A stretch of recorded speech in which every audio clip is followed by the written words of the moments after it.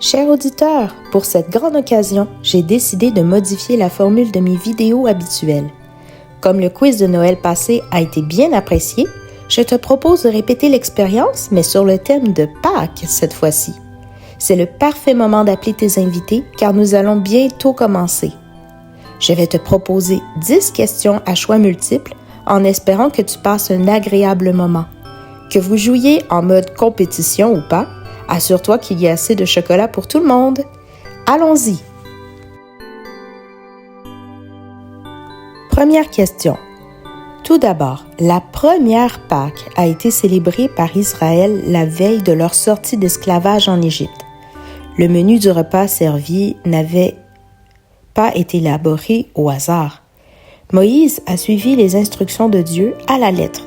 Des herbes amères pour se remémorer l'amertume de l'esclavage, du pain sans levain pour souligner le départ hâtif vers la terre promise, et un agneau. Mais que symbolisait cet agneau? A. Une tradition culturelle, B. Un symbole de prospérité, ou C. Un substitut innocent qui mourrait à la place du peuple.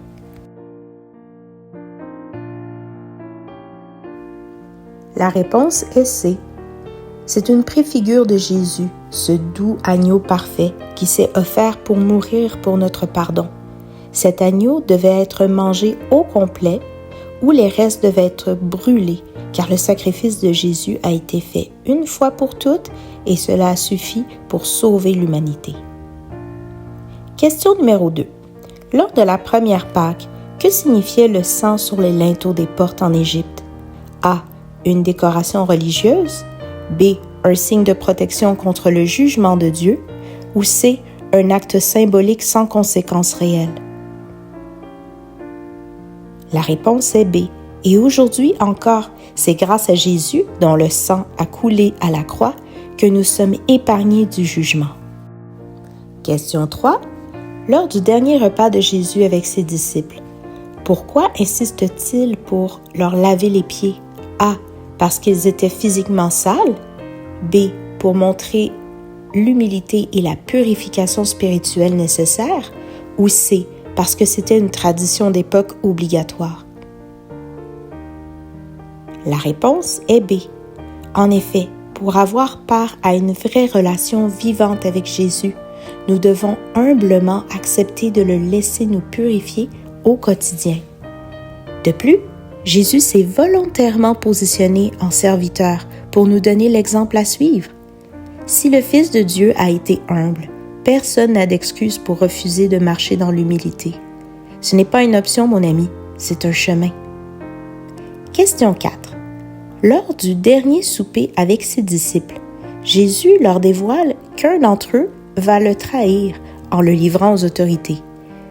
Les disciples étonnés veulent connaître l'identité du traître. Jésus le désigne en lui offrant un morceau de pain trempé. Pourquoi? A. Pour l'honorer, B. Par habitude, ou C. Pour révéler clairement le fautif avec amour. La réponse est C. À l'époque, donner un morceau trempé à quelqu'un lors d'un repas est un signe d'amitié et une marque d'affection personnelle. Bien que Jésus n'approuve pas la trahison de Judas, il nous apprend ici qu'il aime jusqu'au bout, même devant un rejet aussi cruel et définitif.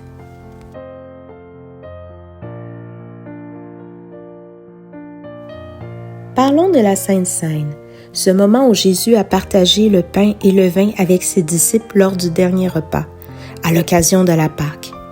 Son souhait a été qu'on perpétue cette tradition jusqu'à son retour. Mais que représente ce geste pour les croyants d'aujourd'hui? A. Un rituel religieux sans impact? B. Un souvenir symbolique? Ou C. Une communion vivante avec Jésus et un rappel de son sacrifice?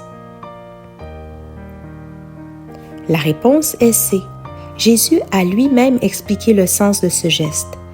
Le pain étant son corps brisé littéralement et le vin représentant son sang qui a coulé sont des symboles qui nous rappellent ce qu'il a vécu pour porter la conséquence de nos péchés afin qu'en plaçant notre foi en lui et en nous repentant, nous ayons l'assurance du pardon éternel de Dieu.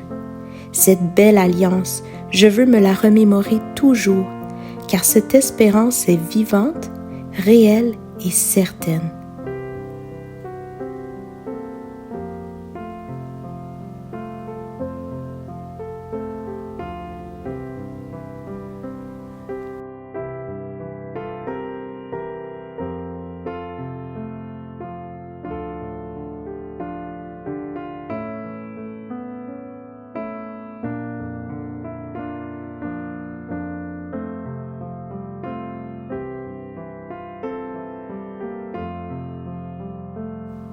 Nous sommes déjà rendus à la moitié du quiz. J'espère que tu apprécies ton moment avec moi. Question 6. Comment Jésus a-t-il vécu les heures précédant son arrestation? A. Dans la fuite. B. Dans la colère. Ou C. Dans la prière, l'angoisse et la soumission à Dieu? La réponse est C. En fait, Jésus se trouvait au jardin de Gethsémani pour prier son Père. En premier temps, pour ses disciples, ensuite pour tous les croyants à travers les époques futures, puis pour lui. Il savait que son heure était venue. Angoisse, larmes et solitude pesante ont été son lot. Il a souhaité ne pas avoir à passer par la crucifixion. Mais faisant un avec son Père et étant en parfait accord et soumission avec lui, il a respecté avec amour et courage sa mission sur terre jusqu'au bout. Question 7. Lors de l'arrestation de Jésus, en pleine nuit, celui-ci demande aux soldats « Qui cherchez-vous » Les soldats répondent « Nous cherchons Jésus de Nazareth. » Alors Jésus leur répond « C'est moi. » Puis, étonnamment, les soldats reculent et tombent par terre. Pourquoi? A. Parce qu'ils ont peur. B. À cause d'une force divine manifestée dans son identité. Ou C. Parce qu'il y a eu un tremblement de terre. La réponse est B. Premièrement, Jésus n'est pas une victime, il se livre volontairement. Et deuxièmement, Jésus, 100% humain, 100% divin, est revêtu de l'autorité et de la puissance divine, tout comme son Père quand il se présenta à Moïse, en déclarant « Je suis celui qui est ». Jésus y fait écho en prononçant « C'est moi », soulignant qu'en tant que Dieu, il n'a pas de créateur. Il existe par lui-même, immuable et éternel. Gages-tu que ces soldats n'étaient pas prêts pour une telle rencontre si percutante?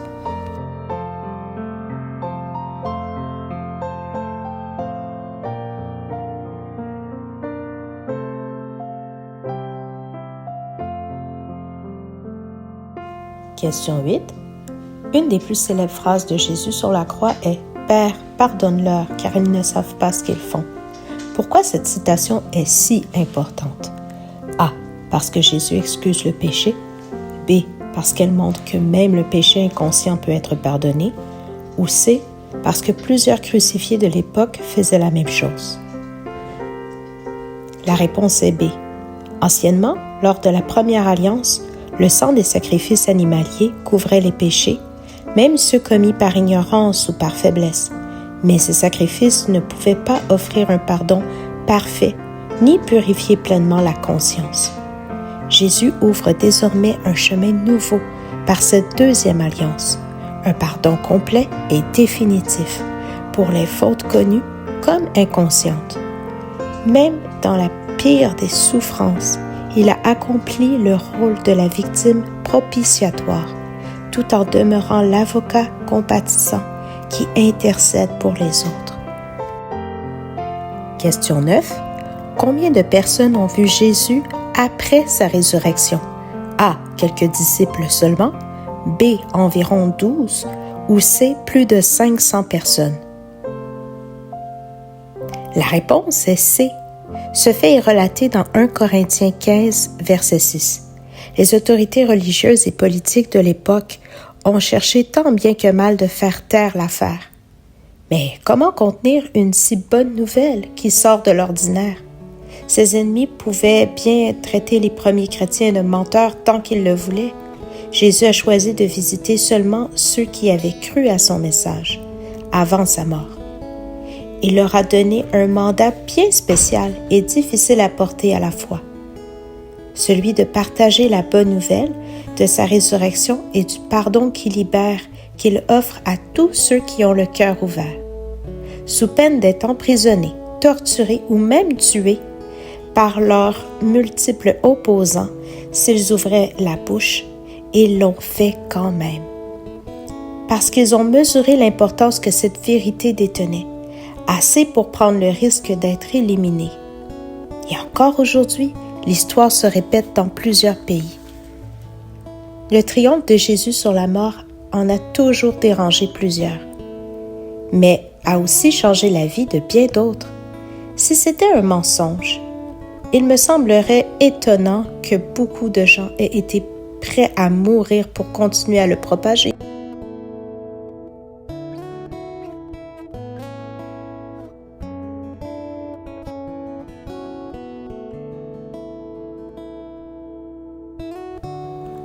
Dernière question. Quel est l'impact de la résurrection de Jésus pour les croyants d'aujourd'hui? A. Une victoire personnelle sur la mort. B. Une certitude de vivre éternellement avec Dieu.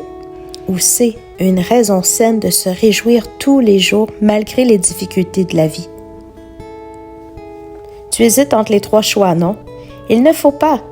La Bible déclare dans Romains 10:9 que si tu confesses de ta bouche le Seigneur Jésus, et si tu crois dans ton cœur que Dieu l'a ressuscité des morts, tu seras sauvé.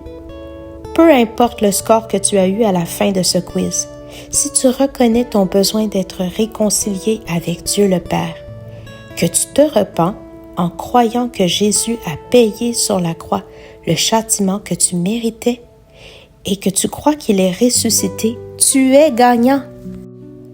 Jésus dit qu'il se tient à la porte de ton cœur et n'impose rien, il n'oblige personne. Invite-le à entrer. Jamais tu ne vas le regretter. Peut-être as-tu peur de mourir? Avec lui, tu n'auras plus cette crainte, car le roi de la résurrection te fera passer de la mort à la vie, afin que tu sois éternellement à ses côtés. Voilà où la Pâque prend tout son sens.